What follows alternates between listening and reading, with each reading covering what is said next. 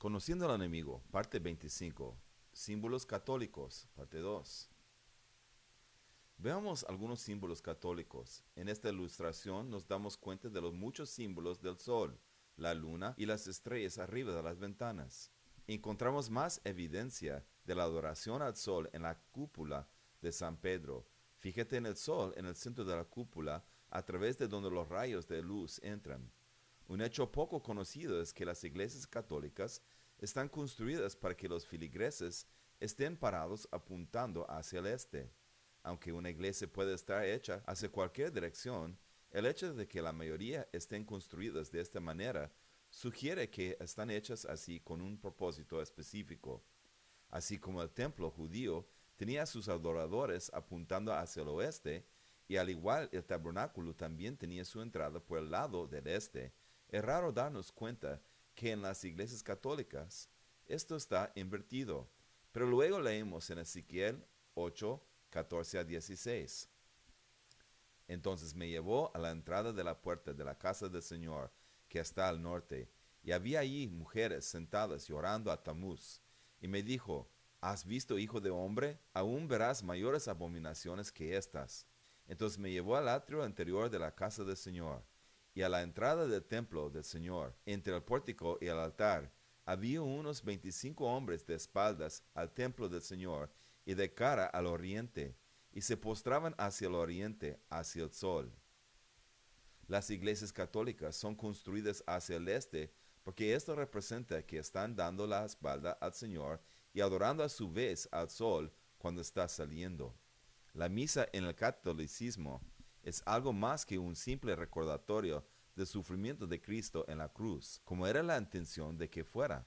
La iglesia de Roma lo ha pervertido en un recrear del sacrificio de Cristo. Declaran que el sacerdote literalmente sacrifica de nuevo a Cristo en el altar cada vez, por los pecados de los que están presentes y por los de los muertos. La idea es que la muerte y resurrección de Jesucristo no fue algo que fue suficiente una vez por todas, sino que lo tienen que estar continuamente crucificando una y otra vez para seguir purgando los pecados. El Papa Pío X lo describió así: la Santa Misa es una oración en sí, es la oración más elevada que existe, es el sacrificio dedicado por nuestro Redentor en la cruz y se repite cada día en el altar. La blasfemia de la Iglesia Católica es que proclama matar a Jesús cada día a través del rito, causándole sufrimiento perpetuo. Nada podría ser más obvio que esto ha salido de la mente de Satanás. También está llena de inclinaciones, señales de la cruz y genuflexiones. Esto queda muy lejos de las prácticas de Jesucristo o de los apóstoles. Además, tiene la hostia circular que de vuelta representa el sol. Mientras que se eleva en alto, a los católicos se les anima a venerarla o a adorarla. Después de estar alzada en alto, la ponen al centro de algo llamado ostentorio. Aquí podremos observar algunos tipos de ostentorios. Al instante reconocemos las imágenes del sol y la luna. Al colocar la hostia representando al sol sobre el ostentorio lunar, simbólicamente se está creando una unión sexual entre un dios y una diosa. Quizás también notes que este ostentorio se parece al logotipo de las Naciones Unidas, y veremos más de eso después. La unión del sol y la luna creciente de esta forma era prevalente en las culturas paganas. En este ejemplo vemos un pilar cananeo pagano, vemos manos alzadas en adoración al dios del sol que se encuentra en el disco que está dentro de la luna creciente. En la siguiente ilustración vemos una imagen egipcia de un toro sagrado que es una de las representaciones más completas de la religión misteriosa de Babilonia que se puede encontrar. Tenemos al toro mismo, el cual sabemos que representa a Nimrod. Tenemos el disco del sol, que representa a Tamuz. Tenemos la luna creciente, que representa a Semiramis. Y la serpiente representando a Satanás. Todos compilados en una sola imagen. Así que esta es la imagen más malvada que uno pueda imaginar. En este último ejemplo vemos una antigua imagen de Isis, la Astarte de los egipcios, con el mismo simbolismo. Ella tiene en sus brazos a su hijo Tamuz.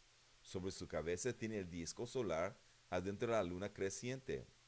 Al menudo dentro del disco solar verás una cara como esta. Donde quiera que veas una cara dentro de un sol, estarás viendo una representación de Baal. Otra característica de la Iglesia Católica es el crucifijo. Esa es la imagen de Jesucristo aún clavado en la cruz, y solo la Iglesia Católica lo usa. Seguido, las representaciones son mucho más gráficas en su detalle que esta, e incluyen sangre y carne mutilada. Este está vinculado con la blasfema doctrina de la misa, donde Cristo está continuamente siendo sacrificado en el altar. Al representar a Jesucristo perpetuamente sobre la cruz, están continuamente crucificándolo. Otra característica de tales crucifijos puede ser el círculo o la imagen del sol alrededor del centro de la cruz, como se ve aquí. Eso es particularmente prevalente en lo que ahora se llama crucifijo celta. Refiriéndonos de nuevo a la parte previa, debes notar que esta cruz parte del círculo en 4 partes, lo cual es un símbolo de Astarte y supuestamente transmite la energía de la diosa.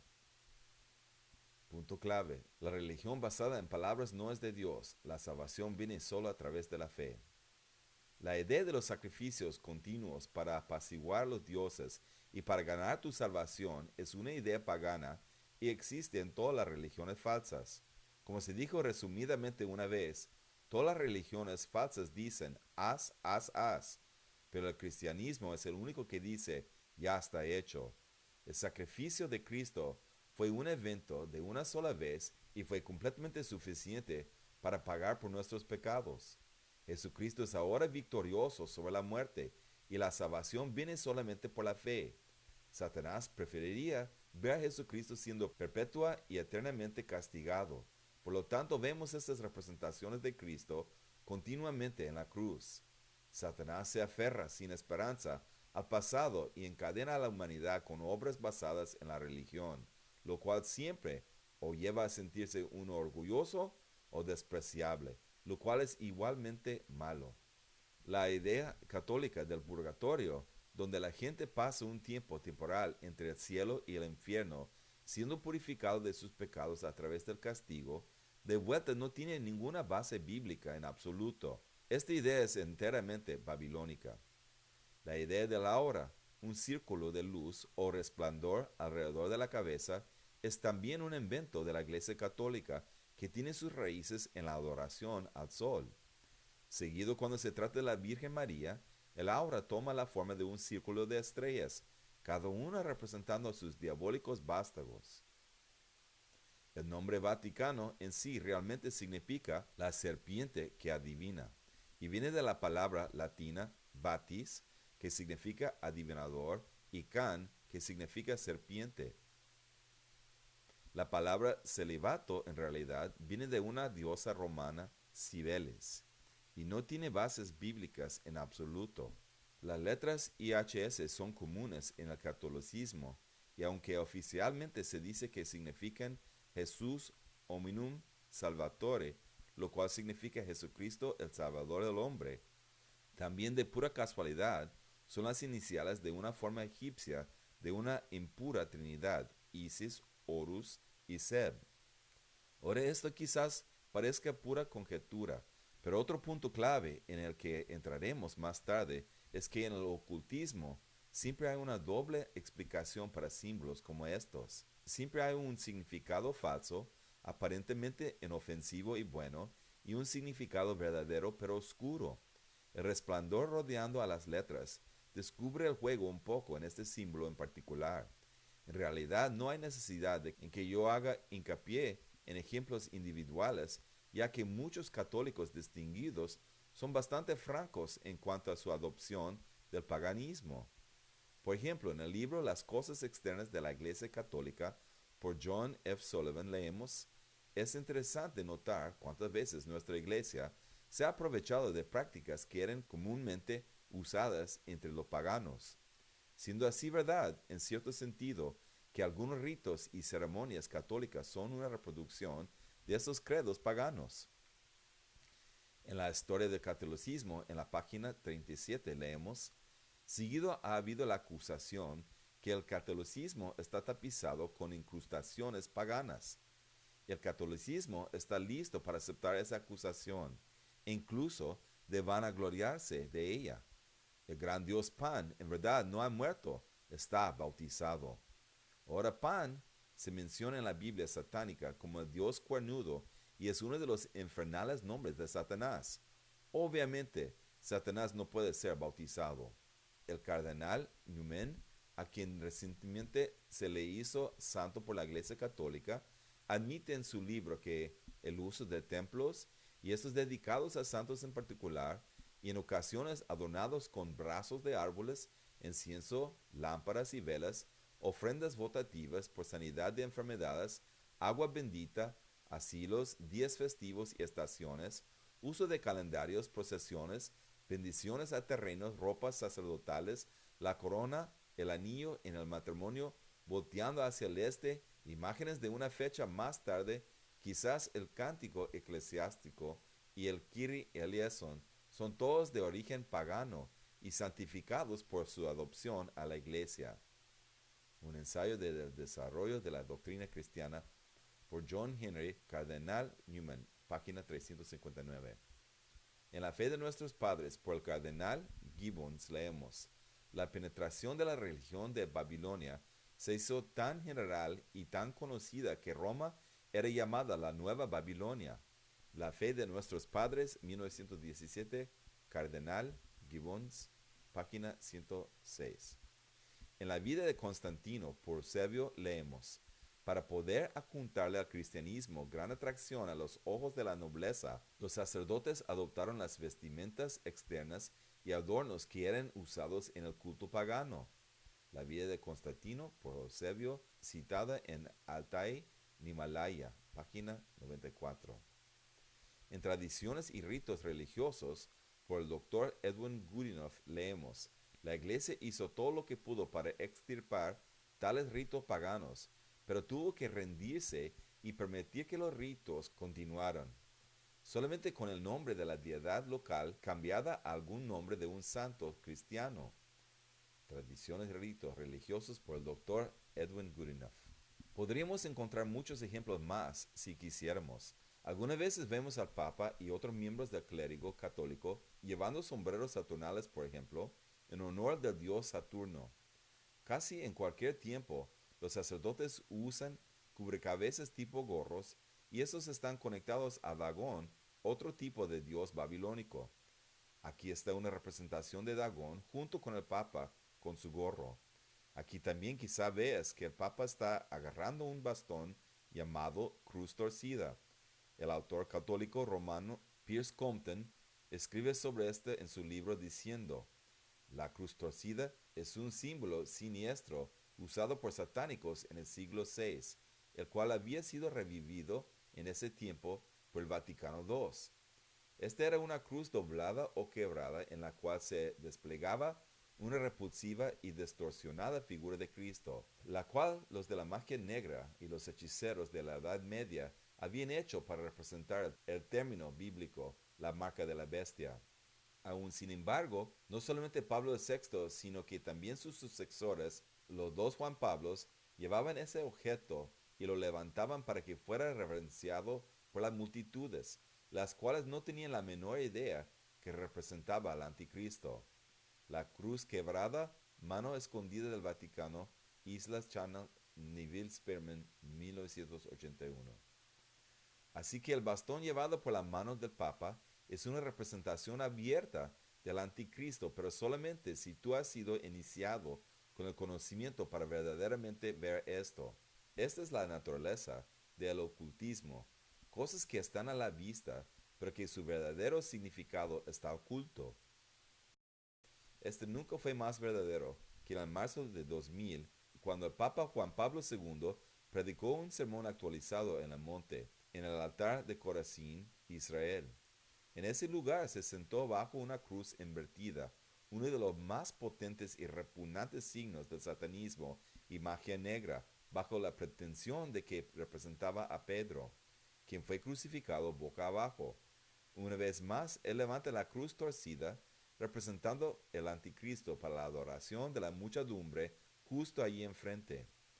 Atrás de todos ellos está un mural como de Cristo, mostrando las palabras de que Él viene pronto, Pero como descubriremos más tarde, este personaje que ellos están esperando es de hecho el anticristo. Estas ilustraciones representan ejemplos perfectos de cómo el simbolismo ocultista siempre tiene dos significados, un frente falso y públicamente aceptado, y luego un significado verdadero escondido atrás. Este es otro símbolo común del catolicismo, el XP o el chirro. La falsa y ligera explicación es que representa a Cristo, porque las primeras dos letras en el nombre de Cristo son la X y la P en el griego, aunque esta es una conexión extremadamente tenue, por no decir absolutamente débil. Sin embargo, Albert Pike en el libro de Masones Libres de Moral y Dogma revela el origen verdadero del símbolo. Los principios activos y pasivos del universo fueron comúnmente simbolizados por las partes generativas del hombre y la mujer. El lingam indio fue la unión de ambos, como la lancha y el mástil, y el punto dentro de un círculo, todo lo cual expresa la misma idea filosófica como la unión de dos grandes causas de la naturaleza, las cuales coinciden, una activamente y la otra pasivamente, en la generación de los seres. Lo que él está básicamente diciendo es de que hay otra expresión del punto dentro del círculo, lo cual vimos anteriormente, representa unión sexual.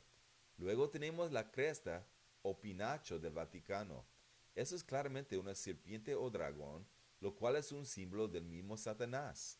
Solo unos dos ejemplos más para finalizar. En Roma había un dios llamado Jano, el cual tenía una compañera llamada Cibeles, de la cual nosotros tenemos la palabra celibato. Cibeles siempre es representada con una torre como corona.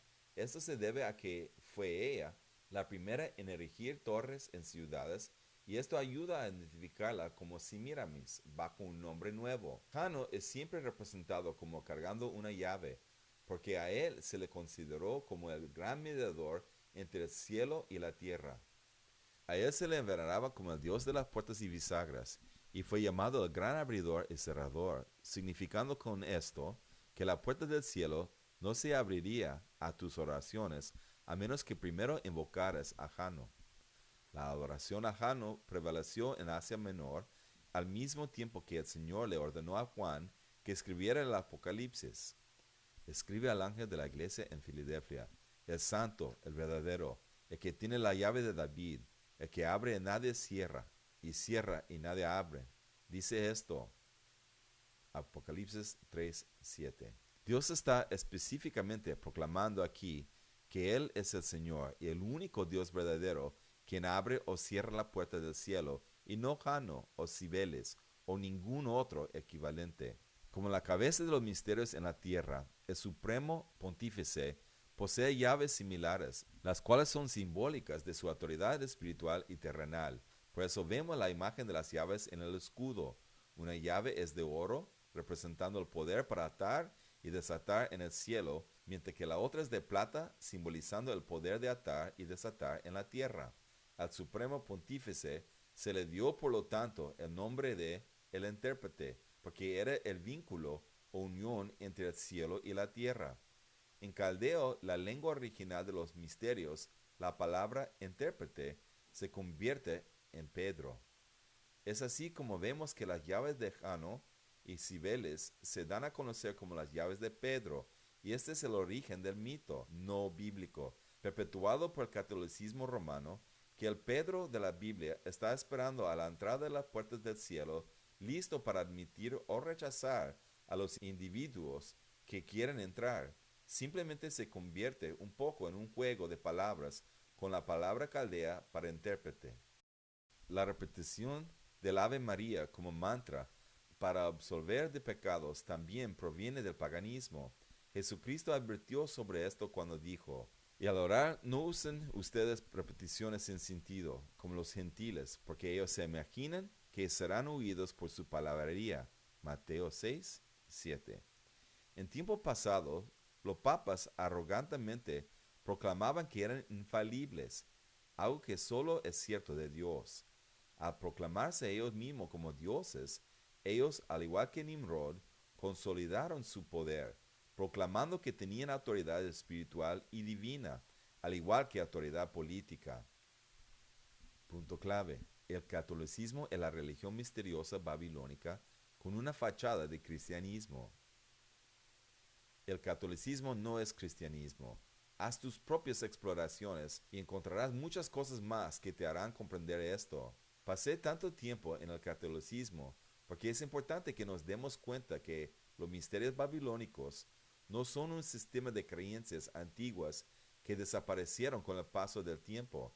La religión babilónica está viva y actualizada hoy día, en este caso, asquerosa y desconcertadamente enredada en un manto con una fachada de cristianismo. Los cristianos seguidos están confundidos sobre cómo debemos relacionarnos con el catolicismo y muchos lo ven como una forma legítima de cristianismo y existen movimientos ecuménicos que acaudalan en esa ignorancia. Muchos cristianos sienten que tienen que disculparse por las cruzadas y la Inquisición, inclusive cuando seguido fueron los cristianos verdaderos los que estaban recibiendo los maltratos, como más tarde veremos. El catolicismo es la religión más grande del mundo hoy día. Le sigue el Islam, y veremos eso en lo que sigue.